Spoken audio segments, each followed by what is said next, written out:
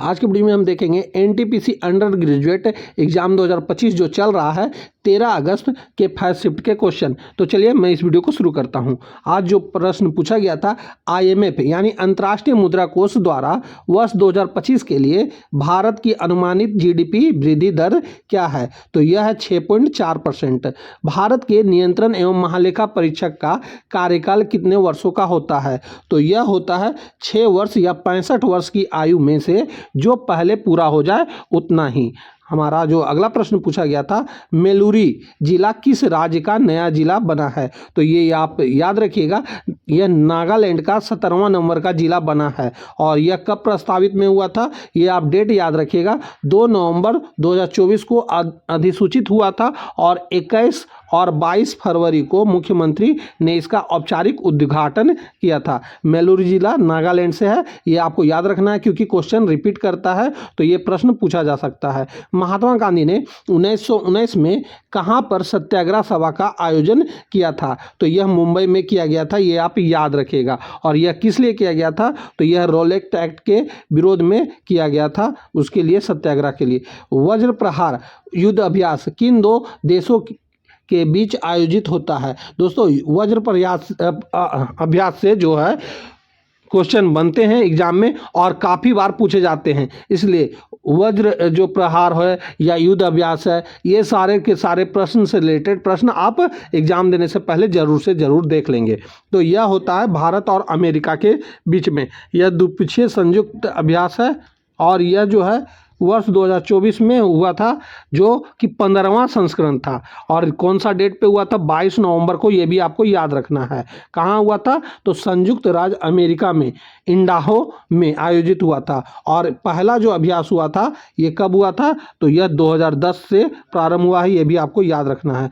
Sodium chloride का रासायनिक सूत्र क्या है? तो इसका रासायनिक सूत्र है NaCl यानी सोडियम क्लोराइड। और भारतीय संविधान का अनुच्छेद 79 किससे संबंधित है? तो यह संसद के गठन से संबंधित है, ये आपको याद रखना है। यह क्वेश्चन आपके एग्जाम के लिए काफ़ी महत्वपूर्ण है और यह बार बार पूछा भी जाता है। तो अनुच्छेद से रिलेटेड जितने भी प्रश्न बन रहे हैं वो आप एग्जाम देने से पहले जरूर देख लेंगे, क्योंकि इससे एग्जाम में 2 प्रश्न तक पूछे जा रहे हैं। भारतीय संविधान का अनुच्छेद 79 कहता है कि भारत के लिए संसद होगी जिसमें राष्ट्रपति और 2 सदन होंगे, जिन्हें क्रमशः राज्यसभा और लोकसभा रूप में जाना जाएगा, ये आपको याद रखना है। अगला प्रश्न जो पूछा गया था, टिहरी बांध किस नदी पर बना है? तो टिहरी बांध जो है भागीरथी नदी जो कि उत्तराखंड में बना है। दोस्तों बांध से रिलेटेड भी प्रश्न बन रहे हैं, इसलिए इसे आप देख लेंगे। हमारा अगला प्रश्न जो पूछा गया था, अनुसूचित जाति यानी SC और अनुसूचित जनजाति यानी ST के लिए लोकसभा में आरक्षित सीटों से संबंधित भारतीय संविधान का कौन सा अनुच्छेद है? तो यह है अनुच्छेद 330। लोकसभा में अनुसूचित जातियों और अनुसूचित जनजातियों के लिए सीटों के आरक्षण से संबंधित है। अगला प्रश्न जो पूछा गया था, भारत में ब्राउन कोयले को क्या कहा जाता है? तो यह लिंगानाइट कहा जाता था ये इसको आप याद रखिएगा। यानी कोयला से संबंधित भी प्रश्न पूछे जा रहे हैं, क्योंकि इसे पिछले वाले शिफ्ट में 11 या 12 अगस्त को पूछा गया था, सर्वाधिक कोयला कहाँ से पाया जाता है? तो झारखंड में। उसी तरह अब लिंगानाइट कोयले के बारे में पूछा गया है, इसी तरह आप पीट कोयले के बारे में पूछा जाएगा, एंथ्रासाइट कोयले के बारे में। तो कोयला से संबंधित प्रश्न पूछा जा रहा है, जो कि आप एग्जाम देने से पहले जरूर से जरूर देख लेंगे। भारत की स्वतंत्रता के समय ब्रिटेन के प्रधानमंत्री कौन थे? तो ब्रिटेन के प्रधानमंत्री उस समय थे क्लाइमेट इटली। और बोला जाए भारत के स्वतंत्रता के समय में जो गवर्नर जनरल थे, भारतीय गवर्नर जनरल थे, C राजगोपालाचारी जी थे।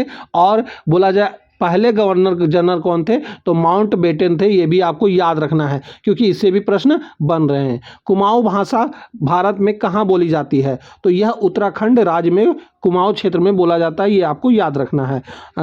दहसला मुगल शासक ने शुरू किया था? कौन से मुगल शासक ने शुरू किया था ये पूछा गया था। तो अकबर द्वारा शुरू किया गया था, ये आपको याद रखना है। और यह प्रणाली 1580 ईस्वी में अकबर के वित्त मंत्री राजा टोडरमल ने लागू किया था, ये भी आपको याद रखना है कि दहसला जो प्रणाली है यह 1580 में शुरू किया गया था, ये आपको याद रखना है। इस प्रणाली में भू राजस्व संग्रह की एक व्यवस्था थी जो कि 10 वर्षों की अवधि के दौरान औसत उपज और मूल्य की गणना पर आधारित थी। हमारा जो अगला प्रश्न पूछा गया था, नीति आयोग की गवर्निंग काउंसिलिंग की 10वीं बैठक का थीम क्या है। दोस्तों, थीम से रिलेटेड काफ़ी प्रश्न बनते हैं, इसलिए आप थीम को जरूर से जरूर एग्जाम देने से पहले देख लेंगे। विकसित राज्य के लिए विकसित भारत @2047 यह थीम था नीति आयोग का गवर्निंग काउंसिलिंग का 10वीं बैठक का, और यह हुआ था 24 मई 2025 को। ये आपको डेट याद रखना है। हमारा अगला प्रश्न जो पूछा गया था, 1834 में लॉर्ड मेकाले, यहाँ पे होगा, लॉर्ड मेकाले ने कौन सा महत्वपूर्ण दस्तावेज प्रस्तुत किया था। तो यह किया गया था मिनट ऑन एजुकेशन, प्रस्तुत किया था।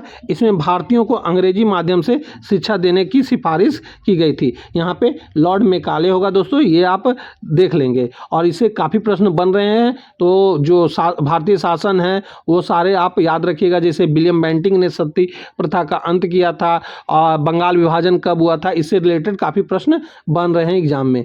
राज्यों के विशेष अधिकार भारतीय संविधान के किस भाग में दिए गए हैं। तो यह दिया गया भाग 21 में, ये आपको याद रखना। भाग 21 में राज्यों से के विशेष अधिकार से संबंधित प्रश्न अनुच्छेद दिए गए हैं, और अनुच्छेद 371A से 371J तक दिया गया है। अनुच्छेद 371 का नागालैंड से संबंधित है, और अनुच्छेद 371B असम के लिए है, अनुच्छेद 371C मणिपुर के लिए है, अनुच्छेद 371D और E आंध्र प्रदेश और तेलंगाना से संबंधित है। ये आपको याद रखना है। हमारा अगला प्रश्न जो पूछा गया था, रसायन विज्ञान में स्वर्ण पत्र किसके द्वारा प्रयोग किया गया था।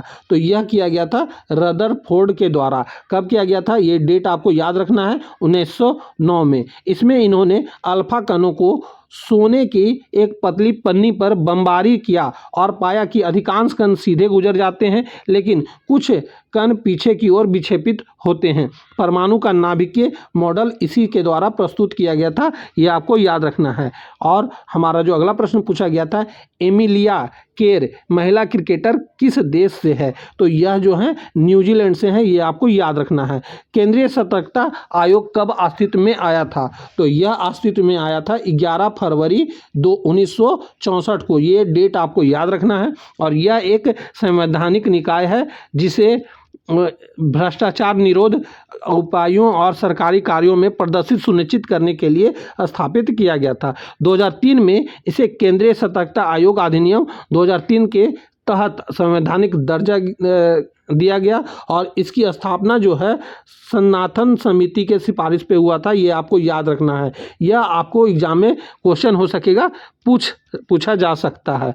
और अगला प्रश्न हमारा जो पूछा गया था, MS वर्ड में किसी फाइल का नाम बदलने के बाद क्या होता है। तो फाइल की सामग्री पर कोई प्रभाव नहीं पड़ता है। MS वर्ड में यदि किसी का फाइल का नाम चेंज किया जाए तो कोई प्रभाव नहीं पड़ता, केवल फाइल का नाम बदला जाता है और यह नया नाम से लोकेशन में दिखाई देता है, मगर फाइल का फॉर्मेट नहीं चेंज होता है जब तक कि उसका नाम चेंज नहीं किया जाए। हमारा अगला प्रश्न जो पूछा गया था, भारत संचार निगम लिमिटेड यानी BSNL की स्थापना कब हुई थी। तो यह हुआ था 1 अक्टूबर 2000 को। दोस्तों, जितने भी गवर्नमेंट से रिलेटेड स्थापना है वो आपको याद रखना है, क्योंकि जैसे कि बैंक ऑफ महाराष्ट्र का पूछा जा रहा, बैंक ऑफ बड़ौदा का पूछा जा रहा, अब BSNL का पूछा गया, तो ये सारे के सारे प्रश्न बन रहे हैं स्थापना से। तो स्थापना से रिलेटेड आप प्रश्न एग्जाम से पहले जरूर से जरूर देख लें।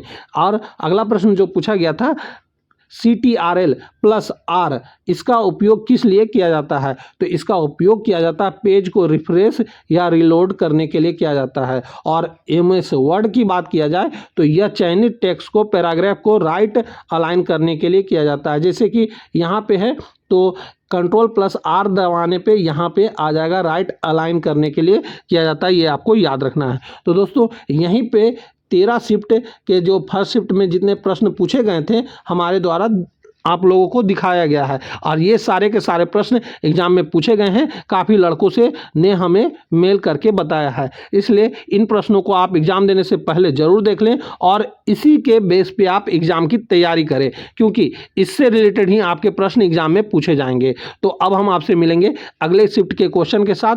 तब तक के लिए जय हिंद, वंदे मातरम।